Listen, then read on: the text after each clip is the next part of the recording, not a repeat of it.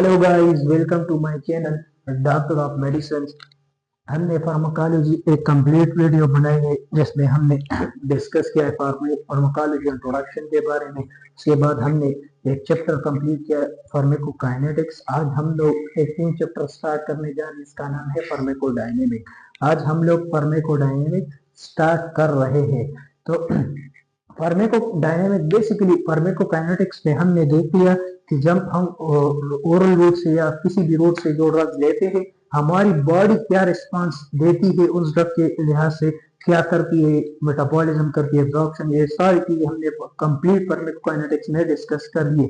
अब हमारी बारी आती है फार्माकोडायनेमिक्स। फार्माकोडायनेमिक्स मींस हम देखेंगे जब हम ओरल रूट से या किसी भी रूट से, इंजेक्टेबल रूट से जो ड्रग्स ले लेते हैं, वो हमारी बॉडी के साथ क्या करती है। फार्माकोकाइनेटिक्स में हमने देख लिया कि जब हम जो ड्रग्स लेते हैं, हमारी बॉडी उस ड्रग के साथ क्या कर रही है, वो था फार्माकोकाइनेटिक्स। अब हम फार्माकोडायनेमिक्स की बात कर रहे हैं, उसमें हम स्टडी करेंगे जो ड्रग्स है वो हमारी बॉडी के साथ क्या कर रही है, उसको हम स्टडी करेंगे in pharmacodynamics.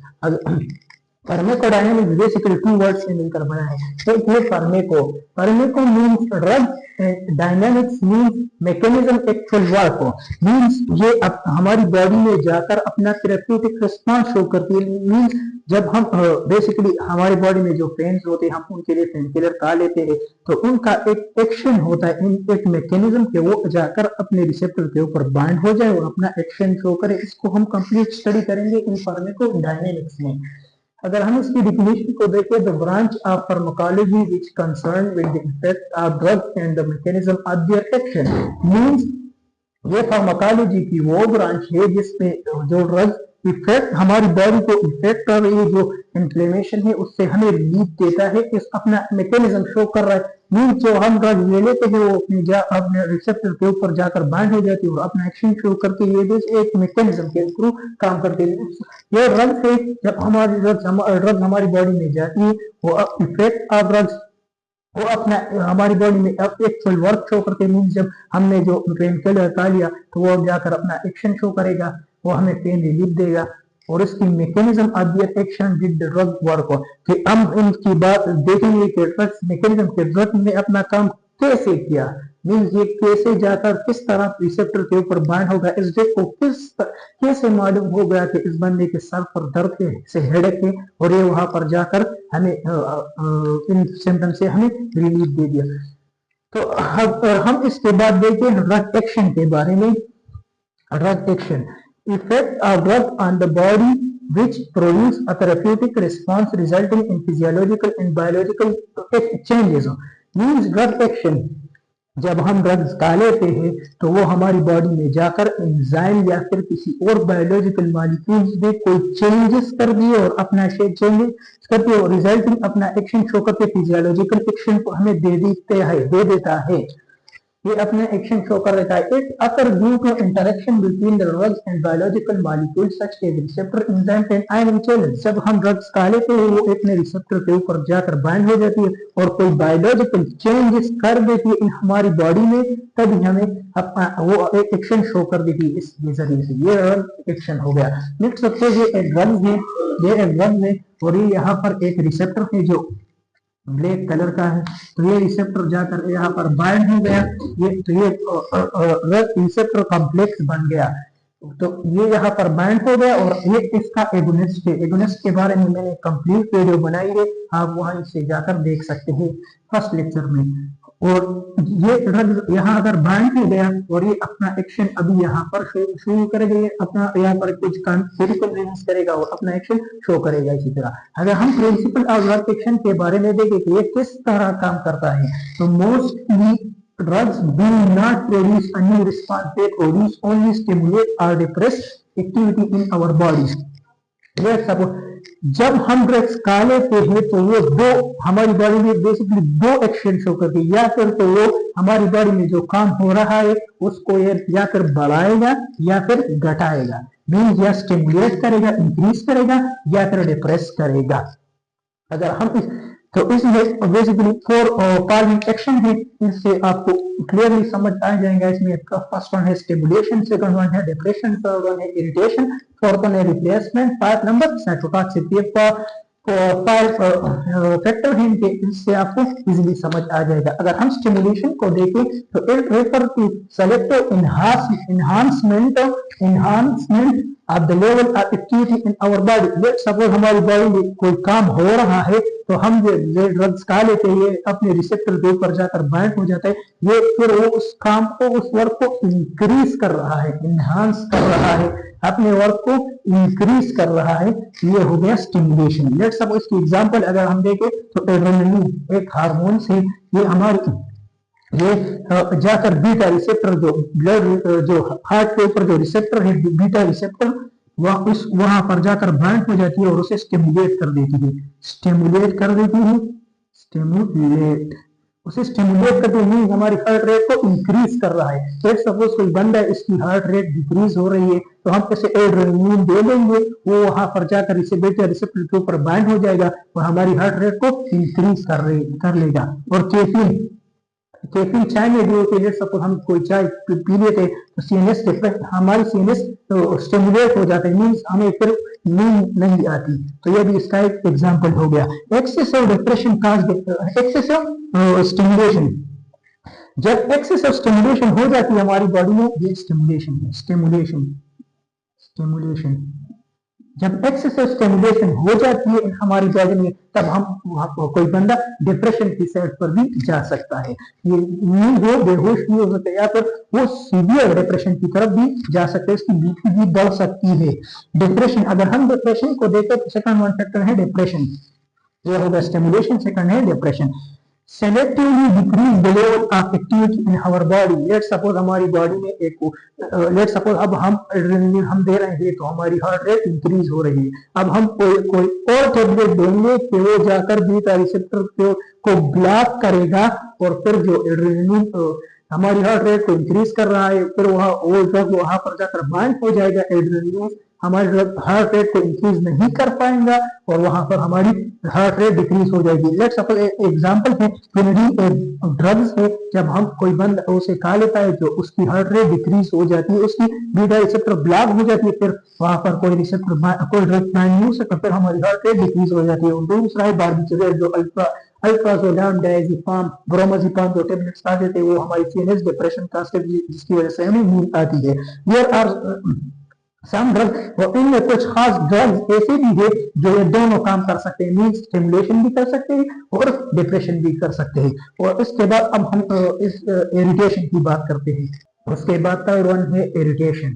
Irritation means non-selective, often harmful effect and especially applicable to less specific cell।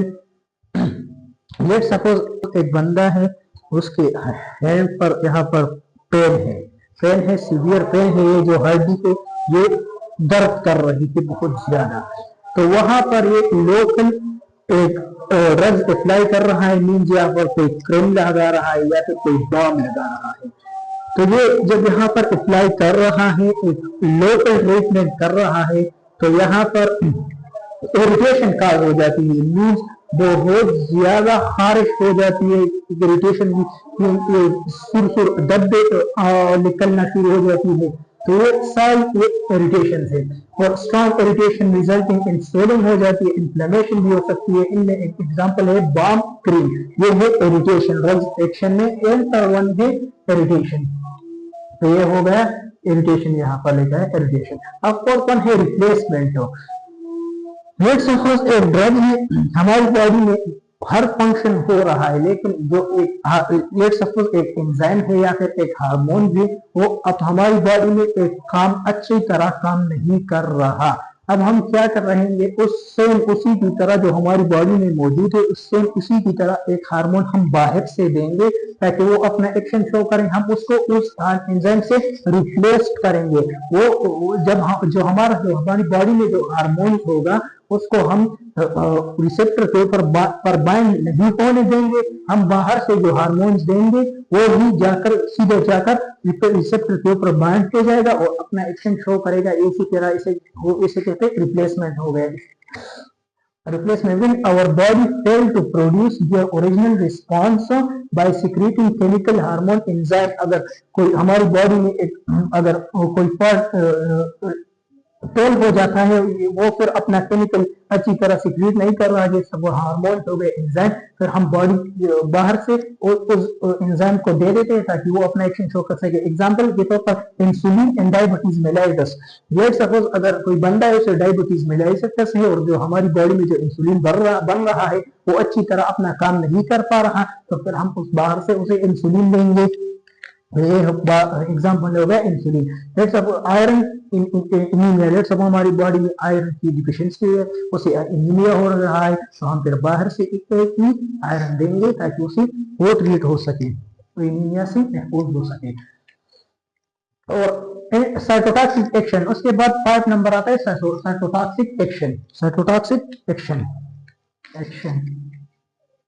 Cytotoxic action तो लेट सपोज हमारी बॉडी में एक बैक्टीरिया चला गया, वो फिर हमारी बॉडी की होस्ट सेल के साथ मिलेगा और अपना रिप्लिकेशन शुरू करेगा। अब हम क्या करेंगे, हम बाहर से एंटीबायोटिक देंगे और वो एंटीबायोटिक जाकर उस बैक्टीरिया के सेल वॉल के रिसेप्टर के ऊपर बाइंड हो जाएगा, फिर वो बैक्टीरिया अब प्रोटीन सिंथेसिस नहीं करेगा, फिर उसी सेल वॉल अच्छी तरह नहीं बन पाएगी, जो हमारी मिक्रोफेजेस होंगी जो व्हाइट ब्लड सेल में होंगी वो फिर वहां पर जाकर उस बैक्टीरिया को किल आउट कर लेगा और हमारी होस्ट सेल को बचाएगा, उसे कोई नुकसान नहीं पहुंचाएगा। Refers the killing of cell which cause disease, cell इन बैक्टीरिया सेल हो गए which cause disease, जो हमारी बॉडी में डिजीज काज कर रहे हैं in our body without affecting the host cell. लेकिन हम जो बाहर से जो ड्रग देंगे वो हमारी होस्ट सेल को कोई नुकसान नहीं पहुंचाएगा, वो सिर्फ उन सेल को डेथ करेगा और उन सेल को किल करेगा जो हमारी बॉडी में डिजीज काज कर रहा है without affecting the host cell. इसमें एग्जांपल है पेनिसिलिन एंटीबायोटिक हो गया। तो ये हो गया stimulation, depression, irritation, replacement, cytotoxic action. अब हम इसके बाद देखेंगे ड्रग मैकेनिज्म के बारे में, तो ड्रग किस तरह काम करता है, मैकेनिज्म ऑफ ड्रग एक्शन। तो how any drug produce their effect and action is known as mechanism of drug action. तो मैकेनिज्म ऑफ ड्रग एक्शन में बेसिकली हम लोग देखते हैं कि जो ड्रग से उसने हमारी बॉडी में किस तरह एक्शन शो किया, मीन्स वो कहां पर गया और किस तरह उसने अपना एक्शन शो किया, इसको हम देखेंगे, स्टडी करेंगे मैकेनिज्म ऑफ ड्रग एक्शन के अंदर। There are some drugs which produce their effect action by virtue of their simple physical or chemical properties। इनमें कुछ ड्रग ऐसे हैं जो सिंपल ही जब हम ओरल रूट से खा लेते हैं वो अपनी जगह पर जाकर अपनी रिसेप्टर के ऊपर बाइंड हो जाता है और अपने एक्शन शो कर देता है। लेट सपोज एक कॉन्स्टिपेशन है, तो फिर वो सब होल आते हैं, उसे खा लेते हैं और फिर वो हमारी स्मॉल इंटेस्टाइन में जाती है और स्मॉल इंटेस्टाइन में फिर जाकर उस वहां पर जो स्मॉल इंटेस्टाइन के अंदर जो कंट्रैक्शन है उसे वहां पर वो उसे डाइलेट कर देती है और कॉन्स्टिपेशन से उसे रिलीफ दे देती है। और इसमें एक और है एंटासिड। एंटासिड में जो हमारी स्टमक में बहुत ज्यादा एंटासिड जो एसिडिक एनवायरनमेंट बन जाता है, तो अगर हम एंटासिड ले लेते हैं डायरेक्टली जाकर स्टमक में जो एसिड की सिक्रीशन है उसे न्यूट्रलाइज कर देता है। तो ये हो गया एंटासिड। ये हो गया सिंपल फिजिकल और chemical properties and mechanism of drug action. तो mostly a drug produce their effect action by interacting with a target biomolecule, example protein. तो मोस्टली ड्रग्स जो होते हैं वो हमारी बॉडी में जाकर एक खास किस्म के बायोमोलिक्यूल के ऊपर जाकर बाइंड हो जाते हैं, उनमें कुछ चेंजेस कर देता है, कुछ तब्दीलियां कर देता है और अपना एक्शन शो कर देते हैं। एग्जांपल के तौर पर प्रोटीन हो गया। और इसमें ड्रग मैकेनिज्म में हम बेसिकली 4 चीजों के बारे में स्टडी करेंगे। एक है एंजाइम, दूसरा है आयनिंग चैनल, तीसरा है ट्रांसपोर्टर, फोर्थ वन है रिसेप्टर। तो पहले हम देखते हैं जो ड्रग की वो पहले जाकर बायोलॉजिकल मॉलिक्यूल्स के अंदर या जाएगा या फिर जो सेल्स है उनके ऊपर ही वहां पर आकर बाइंड हो जाएगा, रिसेप्टर के ऊपर यहाँ पर आकर बाइंड हो जाएगा या फिर अंदर चला जाएगा और आगे अपना एक्शन शो करेगा। ये है सिंपल एक्शन और ड्रग मैकेनिज्म एक्शन। और इसके बाद पहले हम स्टडी करेंगे एंजाइम। तो एंजाइम में हम देखेंगे Almost all biological reactions are carried out under catalytic influence of enzyme. Almost all biological reaction हमारी बॉडी में जो होती है वो एंजाइम की मौजूदगी में ही होती है. So drugs interact with enzyme. It can either increase and decrease either the rate of enzyme activity and also biological activity. तो जो हम ड्रग्स ले लेते हैं वो हमारी बॉडी में जाकर जो बायोलॉजिकल रिएक्शन को या फिर स्पीड अप करेगा या फिर डिक्रीज करेगा, उनकी रेट को डिक्रीज करेगा. लेट्स सपोज एक एंजाइम है, यहाँ पर ये सबस्ट्रेट आकर बाइंड हो जाएगा और फिर अपना एक्शन शो करेगा. तो यहाँ पर इनहिबिटर्स है, वो ये इनहिबिटर यहाँ पर आकर लग जाएंगे, या फिर ये एंजाइम एक्टिविटी को इंक्रीज करेगा या फिर डिक्रीज करेगा. Enzyme induction, when drugs bind with some enzyme and increase the activity is known as enzyme induction. Let's suppose जो एंजाइम के ऊपर जो हम ड्रग ले लेते हैं वो एंजाइम की एक्टिविटी को जो बढ़ा रहा है उसे हम एंजाइम इंडक्शन कहते हैं. लेट्स सपोज एक प्रोडक्ट जो एक सबस्ट्रेट है जो प्रोडक्ट बी में कन्वर्ट हो रहा है, यहाँ पर under catalytic in the presence of enzyme. तो जब हम जो ड्रग ले लेते हैं तो वो फिर इस रिएक्शन को इंक्रीज कर रहा है. इंक्रीज एंजाइम एक्टिविटी को इंक्रीज कर रहा है, तो फिर ये हो गया एंजाइम इंडक्शन. और एंजाइम इनहिबिटर, लेट्स सपोज यहाँ पर ए से बी बन रहा है, जो हम ड्रग ले लेते हैं वो इन एक्टिविटी को डिक्रीज करेगा. एंजाइम को ये इनहिबिशन किसी तरह किसी वजह से डिक्रीज करेगा. वो यहाँ पर कम्पिटिटिव एंड नॉन कम्पिटिटिव होती है. यहाँ जो ड्रग्स है वो यहाँ पर आकर कम्पिटिटिव और अनकम्पिटिटिव के बारे में आप एंजाइम के चैप्टर में कंप्लीट हम समझ गए होंगे. तो कम्पिटिटिव मीन्स ये जाकर जहाँ पर सबस्ट्रेट बाइंड होगा तो पहले वो ड्रग्स की वहां पर जाएगा और उसके एंजाइम के ऊपर कॉम्प्लेक्स बनाएगा, लेकिन कोई एक्शन शो नहीं करेगा, उसे ब्लॉक करेगा. नॉन कम्पिटिटिव पहले स्टेरिक साइड पर जाएगा. सपोज यहाँ पर नहीं आएगा, इसके पीछे वाले हिस्से पर जाकर एंजाइम की शेप को ही चेंज कर देगा, फिर वो अपना एक्शन शो नहीं करेगा. अब हम इसके बाद सेकंड देखते हैं ion channel. Ion channel, there are many ion channels in our body in which help transmembrane signaling and regulate intracellular ion composition. हमारी बॉडी में बहुत ज्यादा आयन चैनल्स हैं जो हमारी बॉडी में मीन्स जो एक्स्ट्रा सेलुलर से जो आयन कैल्शियम जो रेगुलेशन होती है, जो सिग्नलिंग होती है, जो हमें महसूस होने की जो हमें चीजें महसूस होती है, जो टच वगैरह, ये सारी चीजें आयन चैनल्स के जरिए होती है. जो सोडियम अंदर आता है और पोटाशियम बाहर जाता है, ये सारा फिनोमेना आयन चैनल्स के जरिए से होता है. Drug can effect ion channel, जब हम ड्रग्स ले लेते हैं तो वो आयन चैनल्स को इफेक्ट कर सकता है. Drugs can also effect ion movement by directly binding ion channels. जब ड्रग्स डायरेक्टली हमारे पास बाइंड हो जाता है इन मूवमेंट ऑफ ड्रग्स, तो फिर वो इसको डायरेक्टली इफेक्ट हो सकता है, बाइंड हो जाता है आयन चैनल्स को इफेक्ट कर सकता है. एग्जांपल को अगर हम देखें तो एड्रेनलिन, तो लेट्स सपोज जो एड्रेनलिन है ये हमारी हार्ट के जो आयन चैनल्स है वहां पर ये बाइंड हो जाता है, तो वहां पर हमारी हार्ट रेट इंक्रीज हो जाती है. और जो क्विनोडीन जो हम ड्रग ले लेते हैं तो वो हमारी हार्ट रेट को डिक्रीज कर देता है. और इसके बाद फिर बात आती है transporter. Several substrate are move across membrane by binding to specific transporter to facilitate diffusion. Transporter में बेसिकली ड्रग्स ले लेते हैं तो वो सबस्ट्रेट को कोई खास किस्म के सबस्ट्रेट के साथ बाइंड हो जाती है, फिर वो ड्रग्स को ट्रांसपोर्ट कर देती है. ट्रांसपोर्ट ड्रग्स की जो सबस्ट्रेट है उनके ट्रांसपोर्टेशन को रोक लेती है. Many drug each effect interact movement of metabolite. Many drugs जो है वो इंटरेक्ट कर देती है मुख्तलिफ सबस्ट्रेट के साथ, फिर उसको ताकि वो मेटाबोलाइट ना हो. एक ड्रग है हमारे पास amphetamine selectively block dopamine reuptake. ये डोपामिन रीअपटेक को ब्लॉक करता है, मींस ये डोपामिन को और ज्यादा अंदर जाने नहीं देता कि वो ज्यादा अंदर ना जाए. ये डोपामिन ब्लॉकर है. रिसेप्टर, तो और यहाँ पर ये एड्रेनलिन हार्ट रेट को इंक्रीज करता है, या फिर हमारे पास ओपन चैनल्स को ओपन कर देता है. और जब हमारे पास हार्ट रेट डिक्रीज होता है, क्विनोडीन हम ले लेते तो क्लोज चैनल्स, तो इसमें हमारे पास ये चैनल्स क्लोज हो जाती है तो हमारे पास बीपी कम हो जाता है. और उसके बाद फिर 4 नंबर आता है receptor. Receptor are protein on cell surface और within cell that bind to specific molecule ligand such as drug or molecule hormones. Receptor basically receptor एक प्रोटीन के बने होते हैं, वहां पर रक्त जाकर बाइंड हो जाता है और अपना एक्शन शो कर देता है। और इसकी एग्जांपल अगर हम देखें beta adrenergic receptor with bind hormone, beta जो हमारी हार्ट है उसके ऊपर जो सेल्स के ऊपर जो रिसेप्टर है बीटा रिसेप्टर है, वहां पर एड्रेनलिन या इपिनेफ्रिन जाकर बाइंड हो जाता है और हमारी बीपी ब्लड प्रेशर को इंक्रीज कर देता है। लेट्स सपोज मैं आपको समझाता हूँ, ये हमने ये ड्रग्स है, ये एक ड्रग है और ये एक सेल्स है, यहाँ पर रिसेप्टर है, ये इन रिसेप्टर के ऊपर जाकर बाइंड हो जाएगा और ये धीरे धीरे अंदर सिग्नलिंग शो कर देगा और फिर वे हमारे पास एक रिस्पांस दे देगा।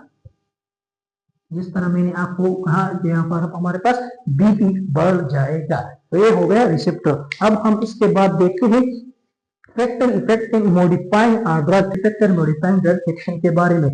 तो ड्रग के फैक्टर के ऊपर इफेक्ट हो सकता है या मॉडिफाई हो सकता है। हमने पहला वन है एज। अगर हम एज को देखें, जो बच्चे होंगे उनके लिए अलग सिरप यूज हो जाता है, उनमें जो वो सिरप यूज कर दे, जो बड़े होते हैं वो टेबलेट यूज कर दे। लेकिन जो बच्चे होते हैं उनके लीवर और ज्यादा अच्छा काम करता है, लेकिन जो बड़े होते हैं उनकी लीवर ये सारा वो डैमेज हो जाता है, फिर अच्छी तरह काम नहीं कर पाता। इनके ऊपर भी इफेक्ट हो सकती है। बॉडी वेट, अगर हम बॉडी वेट को देखें, जो जिस बंदे की ओबेसिटी बहुत ज्यादा होगी उसकी पेट डिपोजिशन ज्यादा होगा तो उसके लिए ज्यादा अमाउंट में ड्रग्स दिया जाएगा। इसलिए डॉक्टर जो ड्रग्स प्रिस्क्राइब कर रहा है तो वो अक्सर देखता है, तो वो बंदे से पूछता है कि आपका वेट कितना है, उसके ऊपर भी डिपेंड करता है। सेक्स एंड प्रेगनेंसी के ऊपर भी डिपेंड कर सकता है, क्योंकि इनमें जो अलग अलग हार्मोन्स, मेल में अलग हार्मोन्स होते हैं और फीमेल में अलग हार्मोन्स के, इनके ऊपर भी इफेक्ट हो सकता है, डिपेंड करता है। जेनेटिक फैक्टर के ऊपर भी, लेट सपोज अगर कोई बंदा है तो उनमें साइटोक्रोम P50 जो एंजाइम होता है, जो हमने मेटाबोलाइज चैप्टर में, एक्सक्रीशन चैप्टर में कंप्लीट इसके बारे में डिस्कशन किए हुए, आप वो वीडियो देखिए, फिर इसको आप इसके बारे में अच्छी तरह, इसके बारे में आपको इजीली समझ आ जाएगा। साइटोक्रोम P50 एंजाइम, ये एंजाइम है तो जो रक्त को मेटाबोलाइज कर रहा है, तो इसके ऊपर भी इफेक्ट हो सकता है। और रेट ऑफ एडमिनिस्ट्रेशन की अगर हम बात करें तो जो ड्रग्स ओरली लिया जाता है वो इजीली वो टाइम लेगा, फिर वो एक्शन शो करेगा। तो बच्चों के लिए सिरप आते, बड़ों के लिए टेबलेट आते, और बड़ों के लिए वो एक्शन स्लोली एक्शन, वो क्विकली एक्शन दे रहा है। ये डोज एंड डोज फॉर्म में भी जो बड़े होंगे उनके इंजेक्शन आते, जो लिक्विड फॉर्म में होंगे, जो डायरेक्ट रिएक्शन करते, बच्चों के लिए सिरप आते, लेकिन सिरप अच्छा वर्क देते हैं। जो और पैथोलॉजिकल स्टेट हो गया, उसके बाद पैथोलॉजिकल स्टेट में जो बंदे की लीवर किडनी में ये डैमेज हुई, जो डिजीज के ऊपर डिजीज होगा तो उसमें वो ड्रग्स अच्छा काम नहीं कर पाएगा। और उसके बाद ड्रग इंटरेक्शन की बात आती है, जो रेक्टोमाइसिन या टेबलेट है, जो रेक्टोमाइसिन टेबलेट है, जब ये इंटरेक्ट कर देती है किसी और टेबलेट के साथ तो ये साइटोक्रोम P50 एंजाइम को इनहिबिट कर देती है। इनहिबिशन हो जाती है तो फिर ड्रग की मेटाबोलाइज नहीं होगी, ड्रग फिर मेटाबोलाइज नहीं होता।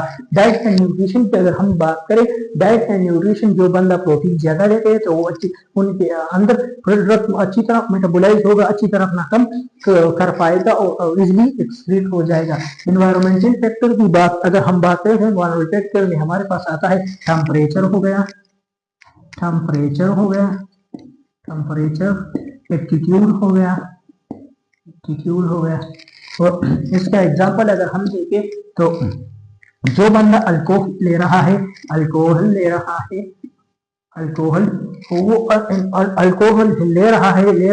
तो